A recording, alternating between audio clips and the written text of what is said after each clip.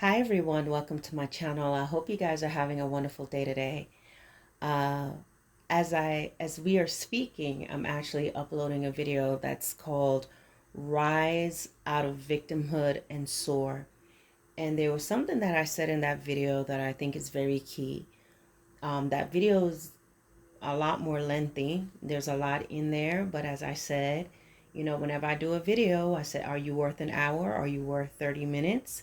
So that's how I look at things in terms of my videos. Some things are short and some things are more in depth. And what I won't do is cut things short just to do that, because while there may be some people who may not watch it or get bored, there are others that will really sit and listen and benefit from it, right? So anyway, there's something that I said in that video that I want to share again today. And I gave an example of one of the things I gave in terms of the dangers of having a victim mentality is that it can really drive you to a place of depression and anxiety or exacerbate that. And so you have to be very careful who you're listening to all the time, who you are allowing to plant seeds within you, and in through your eye gates and through your ears, what you're listening to, what you're receiving. And also certain organizations. There could be organizations that are saying that they're trying to help you to get better, but if their whole message is always bringing up things that's negative, it is not good for you. And I will always say, as I said in that other video, these organizations that's always telling people negative things, are they prepared to pay the price should someone commit suicide? Behind the constant heaviness, behind the constant fight and depression and feeling that everything is wrong with the world. So there has to be a people need to be very careful in that, because yes, we do have to bring up things that's going on, but there must be a balance to show, hey, despite this, this is what's good. This is what you have. These are the things that you can appreciate. And you can't fix everything. Do what you can, but at the same time, here's what's positive about the situation. Here's how you can get better.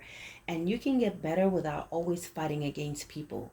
There are some battles that you must engage in, and then there's some you're not. If you have people that's always in a place of being hyper vigilant, it can really drain them. And a person that's weak mentally, a person that's barely holding on to life, if you continue and they continue to hear things that's bad and that's evil and doing things and going against people, it can lead people to deeper levels of depression. It can lead them to a place of being super angry, because that's the other thing that these people have to be careful of. There are people who are already angry, who are already dealing with things. If you're constantly pointing out what's negative and what's bad about things and about people, you can drive someone to commit murder. You can drive someone to go and really hurt someone very badly because of the things you've been talking to them about, because these things that these organizations are driving them to do, or as I said, self-harm. So there has to be a balance, and you must discern and not allow yourself to fall into overload. Now, another example that I gave is that sometimes people embrace victimhood because that's safe for them. There are things that have happened in their life, could be legitimate, all right? Things occurred, but this person did not learn how to heal. They did not get the resources, the help that they needed. And sometimes what happens, they sort of heal wrong. If you think about it, when you break your bones, when you go to the doctor, they have to straighten your bones back out, and it's very painful. But if they just leave it like that, you're going to heal in a way that can give you limited mobility, if at all right? And so if they don't get to heal and really deal with that hurt and pain, what they do is they set up like a little fortress around themselves, or they reinvent themselves and they say, I'll never get hurt again, or they're always a victim. They talk about this thing that's happened to them constantly, and they live this life. And so they begin to see things through a very pixeled visual that's not really realistic. While there are people that are not, that are wrong and they do things that they shouldn't, they see everyone in a way that is unhealthy. So I gave an example in my last video about how I got up to do something and I lost my balance and I fell in this really awkward way that was extremely painful. It was like my legs, when I fell down, my leg was just in an unnatural position and I fell to my right, and somehow my left foot was all jacked up, but my ankle on my left foot immediately swelled up. And it got to the point that, I had to ice it, I had to elevate it, I couldn't walk around for a bit. I couldn't even go and do the things that I need to do because I can get my foot in my shoe. And so what happened as a result of that is that I had to limp around for a few days, nurse my foot back to health until I can put my shoe on and go out. And but what happened was I started to limp around. I started to walk differently. I had to either walk on my heel very lightly, but I was walking differently. I was limping. I was doing an up, down type of thing. That's how my gait was while my foot was hurt. Nothing had changed about the flooring. Nothing had changed with the surface throughout my place. Nothing had changed with the surface outside, but I changed. And so what happens with victimhood and hurt is that your hurt can cause you to begin to think everybody else around you is the problem. Let me give you an example. I'm limping. The flooring has not changed. It's not leveled. It's the floor is still level. It's still even, but because of my pain in my foot and anticipating the pain and my limited mobility, I began to move differently on a surface and in a space that's still the same. The floors are still the same. There's no uneven areas. I'm different. So when a person has hurt and pain within themselves and they don't deal with that, they're the ones that's walking. They're the one that's seeing things differently, but they blame other people. So what would that look like? Well, I'm limping, but I'm complaining. Why is the floor, what's going on with the floor that I'm limping? Is there a change in the floor? Did we shift the floor? Is there a high and low areas? Why the floor feels uneven? Because I'm walking uneven. So I will be blaming the flooring, that there's been a change. Someone came in and changed things because now I'm limping. Now things are different.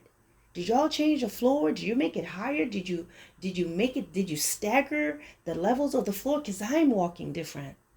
And that's what it looks like to other people when you want to be the victim all the time. It is not that I did not, it's not that you did not, what you went through is not legitimate. Because sometimes you guys have experienced certain things that's horrible. But what it is, your healing is very important, how you deal with that. Otherwise, you're going to go through your life you're going to be limping constantly and blaming other people for it. You will not be able to deal with what's inside of you. If you deal with what's inside of you and realize you need to heal in some areas, then you're going to be able to see things differently. You'll be able to hear things that people say differently, the way people react differently, and you won't want to put out every single fire. What you have to understand about life is that there are going to be people that's going to be mean, that's not going to like you, that's going to be vindictive, they're going to be a certain way. I'm not saying you're supposed to just accept abuse, but you have to realize that you can't fight every single battle. You'll be wore out, you're going to get gray hair ahead of time, and you are going to just be in a place that you're going to be very miserable. People have a right not to like you. What they don't have a right to do is, because they dislike you, try to hurt, harm you, hinder you, cause you physical pain, emotional pain. Well, they may say something that's going to hurt your feelings, but when someone's trying to injure you and do bodily harm and try to mess with your finances, certain things like that, absolutely. They're doing something that can be harmful to your family, your household, your property. Absolutely. You have to do what you need to do. But you don't want to be just going off in anger and a blind rage. Otherwise, you're not going to be any good to your family in the grave or behind bars. So you have to know how to approach that. However, so you've got to realize if they're not trying to harm you and hurt you, you don't need to follow every single narrative and you're trying to fight every little thing because you're going to live a miserable life.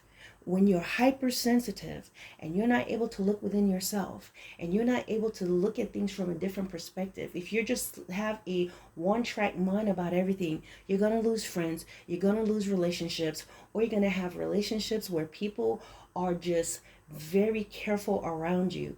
They know not to say things, they know not to have an opinion, because it's like walking on eggshells and anything can cause you to just fall apart. You'll be hard to work with as a supervisor, you'll be hard to work with as an employee, you'll be hard to be around as far as just family, because everybody know when you're coming over, people's got to be extra careful, otherwise you're going to crash. And so when you're seeing this world as if everyone around you is the problem, this is very bad. This is very bad. And what's going to happen, you're going to lose out on joy. You're going to lose out on real happiness. You're going to lose out on true friendships. And 9 times out of 10, when you're a victim and you're always mad about something, you're going to draw other people like yourself. If you're negative and you're bitter, you're going to find yourself always being around negative and bitter people, because that's what you draw, because the people who are kind and who are genuine will begin to fall away from you, and you're only going to draw who you are to yourself.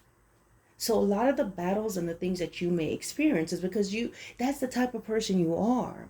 You're a nasty person. So you're going to draw people like yourself to you, because people who are kind and generous, you either destroyed them, broke those relationships up, got offended, and they realized they had to be hands off.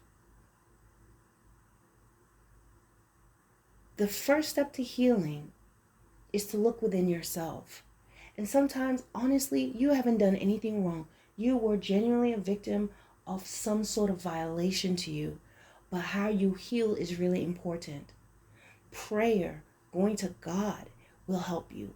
Taking spiritual measures as well as practical. That means go get counseling, go get help, read books, there are things on YouTube that will be helpful to you, and coming to terms with yourself. Sometimes people are used to being victims. They want people to sympathize with them. Their tragedy becomes their security blanket, because outside of their story of tragedy and mayhem, they have nothing else. They don't know anything because they never tried to, they were never interested in growing. And so they realize they're just hollow on the inside, and all they have is this story about what happened to them. And so they continue with that. They don't want to heal. Or when they're healed, they're so comfortable being victims. It's like this. If a person hurts their arm and the cast is put on the arm, and now their arm has healed, but they don't want to take the cast off. They become attached to the cast, and all people looking at them and opening up the doors for them, and they become attached to perhaps maybe the signatures that's on the cast. And so even though they can't take it off, they want to keep it on. Or the doctor takes off the cast and then they go and they buy a little sling so they can wear around, because they want people to be looking at them going, oh my gosh, what happened? They like the fact that if you have your arm in a sling, you're not expected to do much work. So if your workload is going to be cut in half, you're going to put your completely healed arm in a sling because you enjoyed the exemptions that you were given. You enjoyed the extra attention, the extra consideration that was given to you. And so you learn to be a professional victim. So I'm going to stop here. Just something to think about. Because you could have conditioned yourself to be this way for so long that you don't even know how to be normal anymore. And me, as a believer in the Lord, We can do all things through Christ who strengthens us, through prayer, through the word. Really being honest with yourself, those of you who are believers, and those of you who are not, and truly want to be set free. Why do you do this? And get to the bottom of that and be honest. Because only through honesty and being able to go through the layers of yourself are you going to be able to see the truth and be set free. As I said as well, practical measures, changing things, stop being offended. As I said, walking around on the floor. When I hurt my leg, I was hurt. My leg got compromised. The injury was in me. The pain was in me. Had nothing to do with the floor. Had nothing to do with where I was at anymore. It was me. And I realized, hey, I'm going to have to put my leg up. I'm going to have to ice it. I'm going to have to stay off of it. I'm going to have to get what I need for the pain. But at the same time, I'm going to have to step on. Even though it hurts, I'm going to have to walk again. I'm going to have to walk on that. So what happens? I won't get used to walking and not and taking the weight off of that leg. At some point, I'm going to have to walk on it, walk through that pain. Okay, I already addressed that there's a time that you have to get off the foot, right? But then there's a time you have to walk through that pain.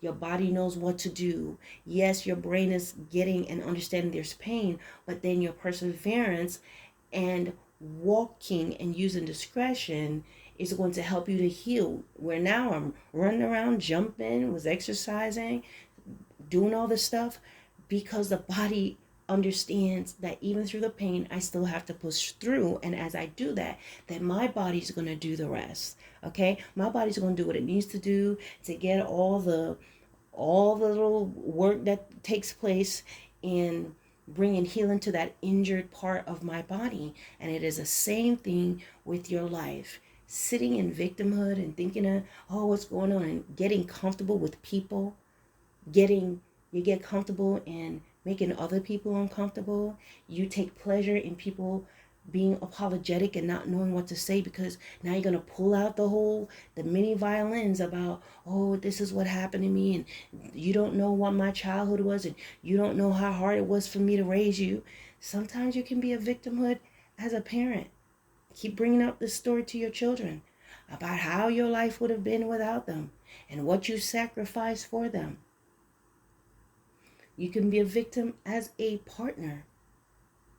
You can't even be a regular, you can't give anything back in your relationship because you're busy being a victim about what happened. You can be a victim of things that's happened in your relationship with that person. They're begging you for forgiveness, to doing everything in their power to show you that they're sorry.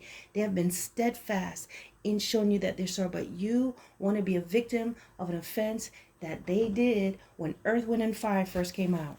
You've been a victim for 10 years, for 5 years, for 4 days, for 2 weeks, for 4 months. And some of you, taken to the believers in the Lord, some of you can't get healed. You can't be delivered because you like to be a victim. You want to have a story to tell about what else is going wrong with you. Not that we can't share as believers. Don't get me wrong. And I'm not discouraging anyone if you're inclined to share with me. There's nothing wrong with that. This is a space that we can share with one another. But there's some people, they don't want to be changed. They want to keep talking about what's wrong with them. They want to have an audience. They want someone to always be praying for them, fasting for them, feeling sorry for them. Oh my God, taking them out to eat after church. They don't want to get better. And one thing I will always tell people, if you are sharing the word of God with people and all they're doing is telling you again, over and over, what's wrong with them, you keep encouraging them, and their rebuttal is, oh, you can't do nothing else. If they don't want to receive the word of God, all you can do, you got to just shake the dust off your feet. That's what the word of God says. If you go somewhere and you share the word and you're sharing encouragement, you're sharing the gospel, and they don't want it, you're not there to debate and fight with them. You're not there to prove to them. You're not there to argue with them. You already told them. You got to keep moving. Because if you're not careful, you're going to be stuck with them in that spiritual quicksand, trying to convince them. And the whole time they're just holding on to you, and you're just going down further and further. And before you know, you'll be saying what they're saying. Oh, you might be right. There might not be any hope. You're right. I don't know if God's listening. Why? Because you sticking around with a stick in the mud. I'm not trying to be funny, but some people want to be sticks in the mud. They want to be victims. They don't want to be delivered. They just want to keep talking about their ailments and their problems and what's going on. And half the time they don't want to do the disciplines that it takes to pray, to seek God. They don't want to do nothing like that. But they like people to feel sorry for them. And there are a lot of people like that slipping into the churches, getting among the saints, getting around people who are caring. They want to tell you the story because they want you to give them some money. They want to tell the story so that you can help them to get this and that. They want to tell the story so you can move them into your house or move them into your property. They have a story, but they don't want to grow. They don't want to overcome. And you don't want to aid and abet anybody like that. Being a victim is going to set you in a place where you find yourself being in your own prison and not knowing how to get out. You built a prison for yourself and you don't have the key to get out. Understand what I'm saying here. It is okay that you will feel. It's okay that you'll be sad. It's okay that you will mourn. It's okay that you go through a process when you are just not yourself. But you don't want to stay there. You don't want to weaponize it. You don't want to use your experiences as a way to control people, to guilt them, to make them feel bad, to shut them down, to one-up people, or to stay the way that you are, where your family, your spouse, your friends are enslaved to you. Or they run when they see you coming.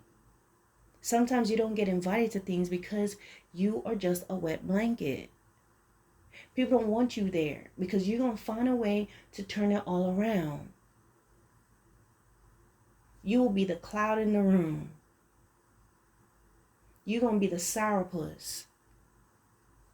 I remember a song. I was watching a comedy a long time ago. It's called Father of the Bride. And George Banks was just having a problem with everything related to his daughter getting married.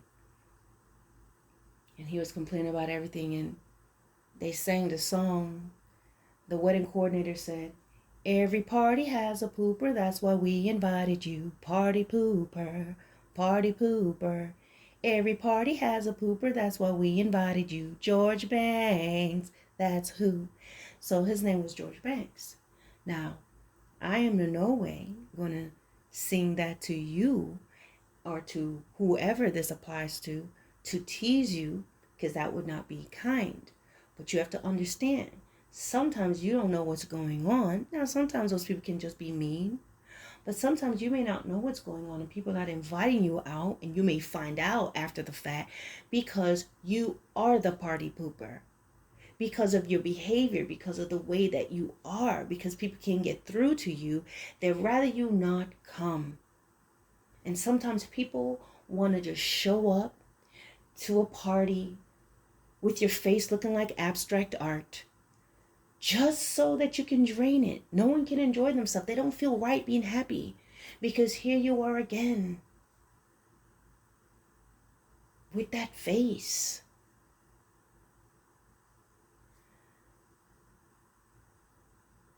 There's a difference between hurt and pain and the natural feelings that we'll have in our heart and victimhood. Neighborhood victimhood. When you become a neighborhood is a collective group of people. You become a victim, you're going to be around other victims. You're going to draw those type of people to you. Because people want to live and they want to thrive. They're people that's already going through things in their life. They're people who are already just hanging from a thread. They're people that's trying to hold on in their faith, going through things. And here you come. Or whatever they're trying to pour into you is not enough.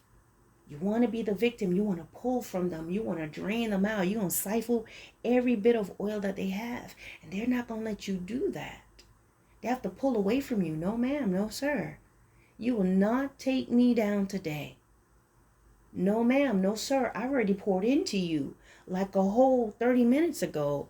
You're calling me again. You're texting me again. You've got to get your feet on the ground and ask the Lord to help you and to give you the strength that you need and to lift those chains and break those shackles off of your mind and off of yourself. I think I'll stop here. Remember, when you have a limp, it's not that the floor is off balance. The pain is inside of you. All right, guys.